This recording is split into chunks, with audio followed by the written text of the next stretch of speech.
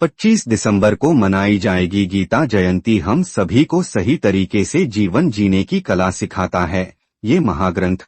गीता जयंती हर साल मार्गशीर्ष महीने के शुक्ल पक्ष की एकादशी को मनाई जाती है। इस बार ये 25 दिसंबर को आ रही है। इस दिन महाग्रंथ यानी गीता, भगवान श्री कृष्ण और वेद व्यास जी की पूजा करके ये पर्व मनाया जाता है। दुनिया के किसी भी धर्म संप्रदाय के किसी भी ग्रंथ का जन्मदिन नहीं मनाया जाता। जयंती मनाई जाती है तो केवल श्रीमद्भागवत गीता की, क्योंकि माना जाता है कि अन्य ग्रंथ इंसानों ने लिखे या संकलित किए हैं, जबकि गीता का जन्म स्वयं श्री भगवान के मुंह से हुआ है।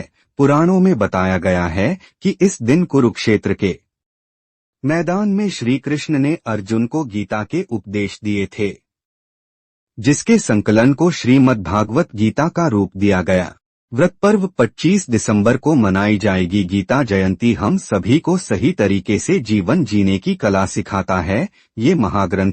3 वर्ष पहले दुनिया के किसी भी धर्म संप्रदाय के ग्रंथों का जन्मदिन नहीं मनाया जाता, सिर्फ श्रीमद्भागवत गीता जयंती ही मनाई जाती है।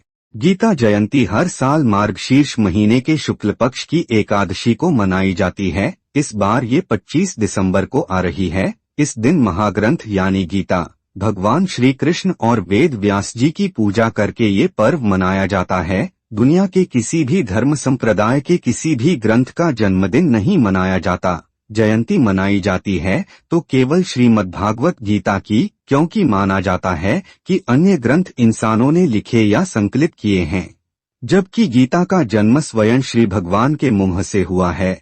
पुराणों में बताया गया है कि इस दिन कुरुक्षेत्र के मैदान में श्री कृष्ण ने अर्जुन को गीता के उपदेश दिए थे, जिसके संकलन को श्रीमद्भागवत गीता का रूप दिया गया।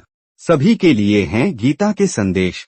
गीता वेदों और उपनिषदों का सार, इस लोक और परलोक दोनों में मंगलमय मार्ग दिखाने वाला, कर्म, ज्ञान और भक्ति तीनों मार्गों द्वारा मनुष्य के परम श्रेय के साधन का उपदेश करने वाला अद्भुत ग्रंथ है। इसके छोटे छोटे 18 अध्यायों में इतना सत्य, इतना ज्ञान, इतने ऊंचे गंभीर सात्विक उपदेश भरे हैं, जो मनुष्य को नीची से नीची दशा से उठाकर देवताओं के स्थान पर बिठा देने की शक्ति रखते हैं। मनुष्य का कर्तव्य क्या है, इसका बोध कराना गीता का लक्ष्य है। गीता सर्वशास्त्रमयी है। श्री कृष्ण ने किसी धर्म विशेष के लिए नहीं, अपितु मनुष्य मात्र के लिए उपदेश दिए हैं। गीता सभी परिस्थितियों में एक समान रहें। गीता हम सभी को सही तरीके से जीवन जीने की कला सिखाती है, जीवन जीने की शिक्षा देती है। केवल इस एक श्लोक के उदाहरण से ही इसे अच्छी तरह से समझा जा सकता है। सुख दुख समे कृत्वा लाभालाभौ जया जया ततो युद्धाय युज्यस्व नैवं पापम वाप्स्यसि। अर्थ जय पराजय, लाभानि और सुख दुख सभी को समान समझने के बाद फिर युद्ध करना चाहिए। इस तरह युद्ध करने से पाप नहीं लगता है। गीता के इस श्लोक में मनुष्य को जीवन की सभी परिस्थितियों में समान रूप से व्यवहार करने के लिए कहा गया है। फिर वो चाहे अच्छी हालात हो या बुरे, इंसान को अपना व्यवहार नहीं बदलना चाहिए। इस तरह का व्यवहार जो भी रखेगा, ऐसा इंसान कभी परेशान नहीं होगा।